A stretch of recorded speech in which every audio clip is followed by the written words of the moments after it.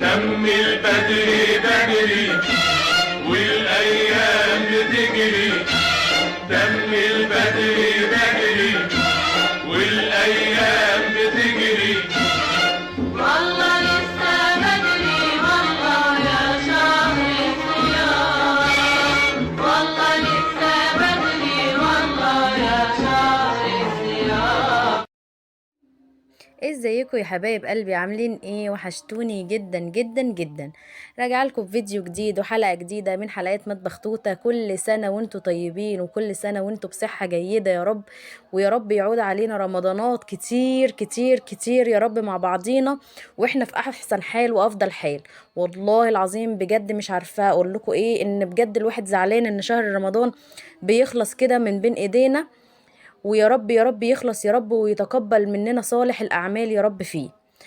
النهاردة يوم حلو جدا جدا جدا، هنعمل مع بعض وجبات إفطار صايم.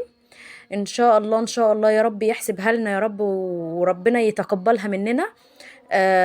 النهاردة زي ما انتم شايفين كده، أنا بصوا جبت بانيه. البانيه ده أنا تبلته من بعد السحور كده.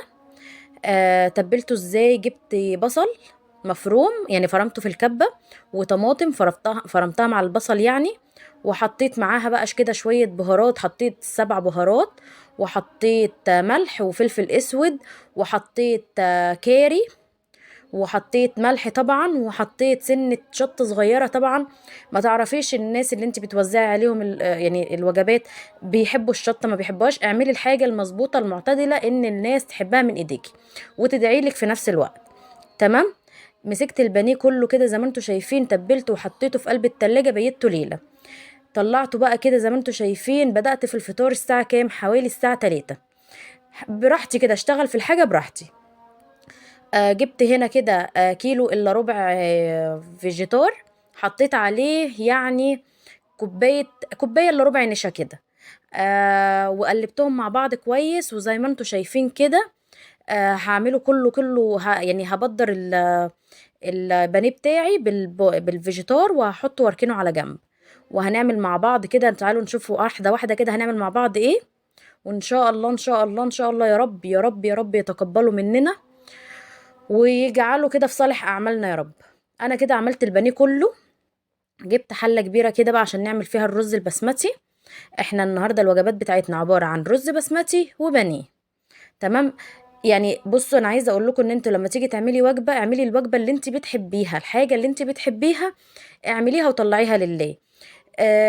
يعني اعملي الحاجة اللي انت بتحبها ليه؟ علشان ربنا يتقبلها منك.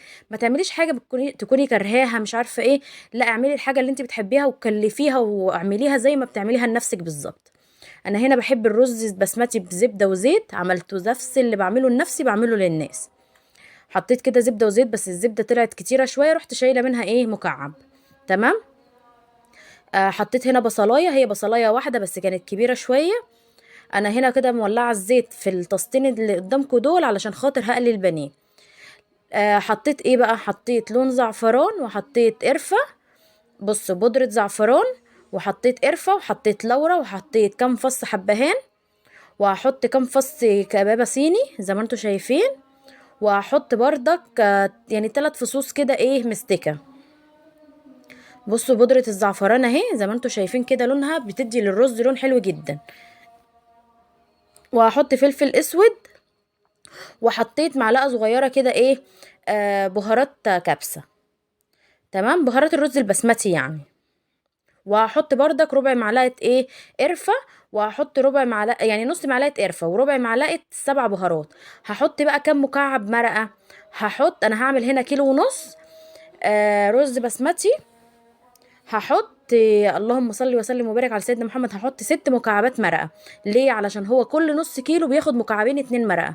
فانا هحط ايه اللهم صل على سيدنا محمد، هحط 6 مكعبات مرق. وهحط طبعا الملح ما تنساهوش. اهو الملح اهو. هقلبه بقى كويس. وطبعا انتوا عارفين ان كل مع كوبايه رز بتاخد كوبايتين 2 ميه. والرز هنا انا ما كنتش نقعاه قبلها. تمام.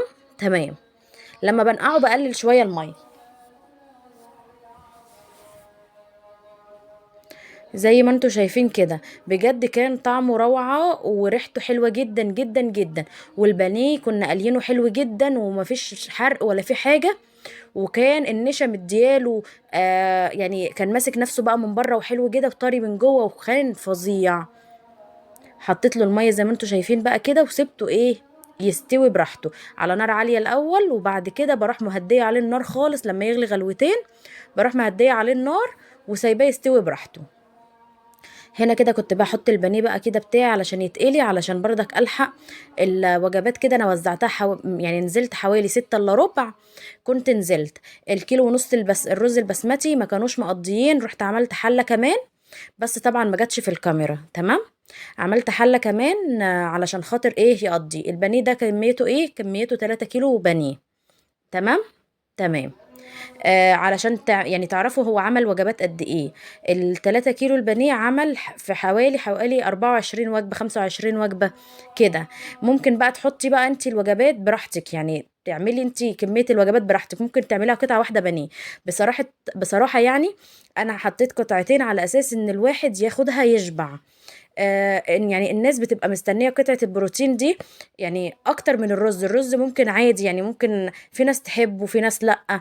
بس الناس بتبقى حابة قطعة البروتين، اي نوع بروتين انت بتبقي عاملاه الناس بتبقى حباه. فقلت اعمل لهم القطعتين يبقوا كبار كده، علشان برضك للي مش حابب رز وممكن يجيب رغيف عيش ويروح واكلها. فالمهم يعني ايه، حبيت ان انا اكبرها كده علشان برضك تبقى ايه حلوة كده وتشبع الناس، وفي الاخر الناس تدعي لنا دعوة حلوة. حطيت الرز كده. دي العلب اللي انا استخدمتها علشان العلب دي حلوة جدا، عشان انا مش حاطة خضار ولا حاجة، فمش كنتش محتاجة كذا عين.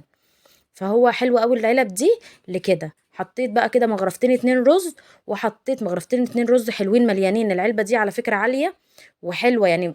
بصوا زي ما انتوا شايفين كده المغرفتين حلوين يشبعوا بني آدم، يعني يشبعوا يعني فرد. فالمهم كده حطيت ورحت حاطه قطعتين بانيه، والقطعتين البانيه بحطهم برضك كويسين حلوين كده، اللي هم ايه يشبعوا الفرد يشبعوه ويدعي لك بعد كده. اهم حاجه تكوني ظابطه الملح بتاعك وظابطه ما تبقاش حراق، عشان في ناس ما بتبقاش حابه الحراق. تكوني مظبطه الملح بتاعك. بصوا القطعتين البانيه حلوين ازاي. يا رب يدينا ويديكوا. البنات بقى كانوا عمالين بيساعدوني وانا كنت سايباهم يساعدوني علشان يتعلموا يعني ايه يتعلموا يعملوا حاجه زي كده هم كمان. عودي عيالك ان هم يساعدوكي في حاجات الخير دي علشان خاطر يتعلموا ان يعملوها هم كمان ان شاء الله لما يكبروا. وربنا يصلح اولادنا جميعا يا رب ويخليه لكم ويخليهم لي بناتي. وهنا كانت في بنت خالي برضك بتساعدني، ربنا يا رب يبارك فيها يا رب ويخليها لباباها. هنا بقى كده كنت زي ما انتم شايفين كنا بنغرف، وكان في حلة رز على النار علشان يعني بقية البانيه يتوزع معاهم. هنا كنت بوريكم بقى كده الوجبات. وجبات تفرح وريحتها حلوة جدا ووزعناها سخنة.